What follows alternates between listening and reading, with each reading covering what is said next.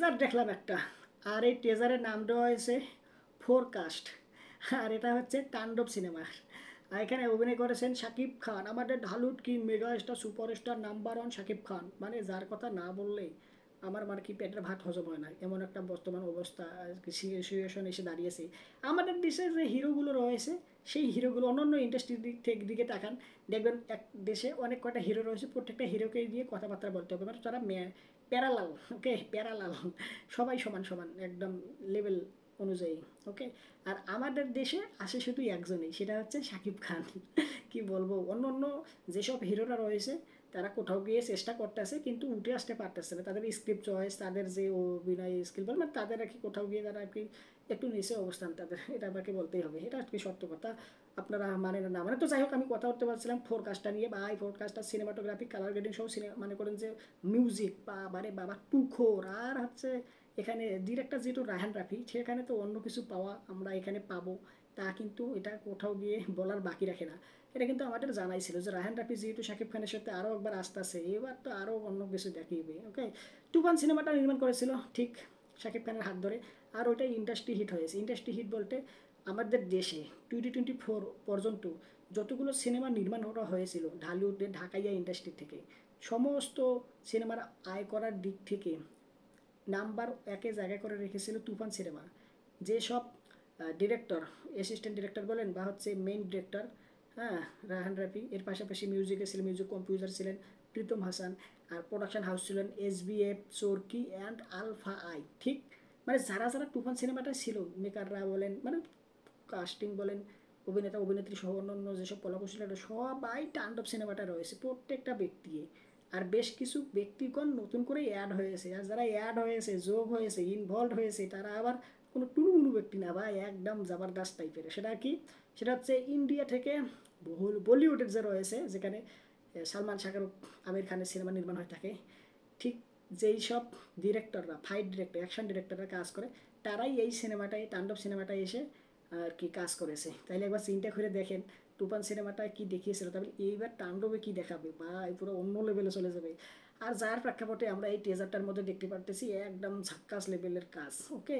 এখানে শাকিব খানকে দেখতে একদম ভিন্ন লুকে লাগে, মানে এই লোকটা যে লুক, ওকে, একটা সিনেমার থেকে আর একটা আলাদা আলাদা, পুরাটাই আলাদা, কোনোভাবে কোনো সিনেমার লুকের সাথে এই ব্যক্তির আর একটা সিনেমার লুক আপনি ম্যাচ করাতে পারবেন না, কোনোভাবেই না।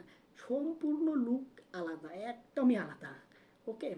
আর এখানে তার অ্যাক্টিং লেভেল বাবারে বাবা, যত দিন যাচ্ছে ইমপ্রুভ কারে বলে, এই লোকটার থেকে দেখা উচিত, এই লোকটার থেকে শেখা উচিত যে কীভাবে নিজেকে ডেভেলপ করা লাগে, কীভাবে নিজেকে ভাঙতে হয়, কীভাবে নিজেকে গড়তে হয়।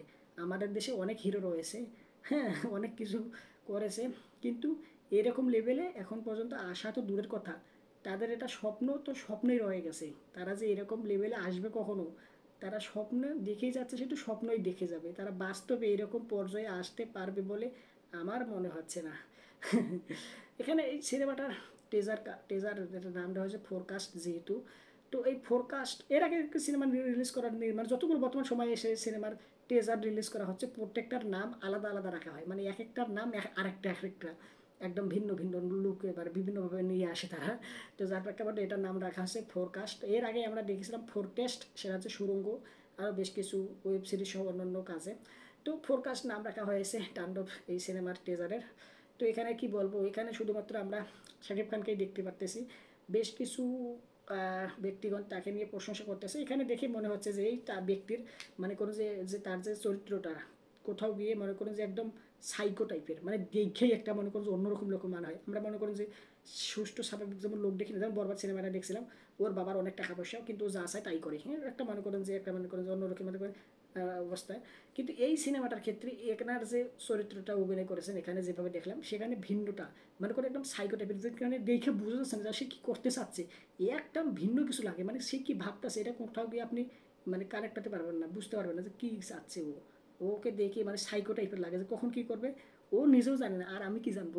এই চরিত্রটা দেখে মনে হয়। আর এখানে ব্যাকগ্রাউন্ডের কাজটাই কঠিন, যখন একবার এবার হাতগুলো লাড়ানো হয়, লড়াই টান হ্যাঁ হ্যাঁ, বাবা এই ব্যাকগ্রাউন্ড মিউজিক আর এই সিকোয়েন্সটা পুরো তুখোর। আর এখানে দেখা যাচ্ছে বেশ কিছু ফাইট সিকোয়েন্স। এখানে তারা আর কি যে গল্পটা আর কি যদি বলি ছোটো করে যেটা বুঝতে পারতেছি, এখানে শাকিব খানের যে তাণ্ডব চরিত্রটার নাম এখন পর্যন্ত জানা হয়নি, তবে এই তাণ্ডব বলে ডাকবো। এই তাণ্ডবের যে টিমরা রয়েছে এরা আর কি কোথাও একটা করব, অ্যাটাক করব। ওকে, যার প্রেক্ষাপটে একটা শান্ত সুষ্ঠ কণ্ঠে বলা হচ্ছে সারা দেশে আজকে ভৌর তাণ্ডব আসতেছে। যারা যে এখানে সমস্ত পুলিশ স্টেশনকে 10 নম্বর বিপদ সংকেত জানানো হয়েছে, আপনারা যে যেখানে অবস্থান করতেছেন সেই সেখানেই অবস্থান করবেন। বা এখানে মিউজিক ভয়েসটা একদম অন্যরকম। আর এখানে শাকিব খান, আর কি বলবো, এখানে একটা মানকি মুখে পড়ে আছে, একদম সুন্দর করে গাড়ি থেকে নামলো, একদম লো অ্যাঙ্গেলে ক্যামেরা শ্যুট নেওয়া হয়েছে, দেখা যাচ্ছে ওকে বাবা।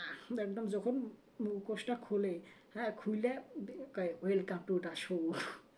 আর মানে লাস্টের দিক দিয়ে হয় কি, মানে চলে যাবে আরবার কিছু একটা বলতে দেয়া গায়ে, কিন্তু ওইটার বলে না, কাট, ওই জায়গায় শেষ হয়ে যায়।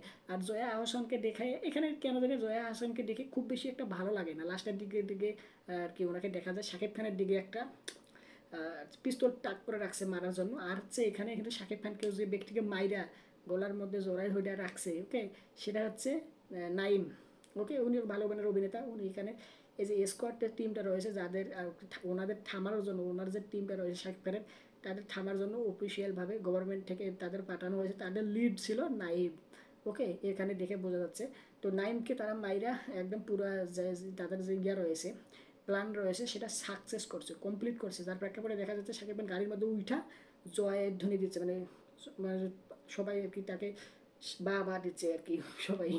তো দুর্দান্ত হয়েছে ফোরকাস্টটা ভাই, ওভারঅল যদি বলি পুরো মাস্টারপিস। ওকে, আর এখানে যদি কম্প্যারিজনের কথা আসি, কম্প্যারিজনের কথা বললে যদি বরবাদ আর তুফানের সাথে কম্প্যারিজন করে, যেহেতু রিসেন্ট টাইমে রিলিজ করা হয়েছে এগুলো সিনেমা, তাহলে কোথাও গিয়ে আমার কাছে মনে হয়েছে তুফান আর বরবাদের যে টেজার ছিল তাদেরকে মানে পেছনে ফেলেতে পারেনি বরবাদ। ঠিক বরবাদ আর তাণ্ডব পেছনে ফেলাতে পারেনি তাণ্ডব। কী কারণে, ওখানে শাকিব খানের যে ডায়লগ ছিল পুরো অস্থির, আর ওখানে যে বিষয়গুলো রাখা হয়েছে ওটাও মনে করেন যে কোনোভাবে ম্যাচ করতে পারবে না তাণ্ডব থেকে। তো এই কারণে শুধুমাত্র শাকিব খানের ডায়লগ আর বেশ কিছু আর কি কাজ বাকি রয়েছে, যার কারণে তারা আর কি টেজারের মধ্যে ভালো কিছু দেখাতে পারেনি। যদি সম্পূর্ণ সিনেমাটার কাজ কমপ্লিট হতো তাহলে তারা খুব ভালোভাবে আরও টেজারটা নির্মাণ করতে পারতো, কাট করতে পারতো। এখনও বেশ কিছু শ্যুটের কাজ বাকি রয়েছে, যার প্রেক্ষাপটে তারা এই সিনেমাটার টেজারটা ভালো করে কাটতে পারেনি। পুরো সিনেমাটা যদি কাজ কমপ্লিট হতো তাহলে পুরো সিনেমাটিকে সুন্দর করে টেজারটা কাট করতে পারতো, এটাই হচ্ছে তাদের দুর্বলতা। তো কী করব, এখন শ্যুট কমপ্লিট যেটা বাকি রয়েছে, যার প্রেক্ষাপটে এই অবস্থানে এসে দাঁড়িয়েছে। তো অবশ্যই আপনারা যারা দেখেছেন তাণ্ডব সিনেমা বা তার ফোরকাস্ট বা টেজার, তাদের কাছে কেমন লেগেছে, মানে আপনাদের কাছে কেমন লেগেছে কমেন্ট করে জানাই। ভিডিওটা লাইক দেন, চ্যানেলটা সাবস্ক্রাইব করে না থাকলে সাবস্ক্রাইব করেন, আপনার হাতে আর পায়ে পইরা কইটা কইতাছি ভাই সাবস্ক্রাইব করেন। বাই।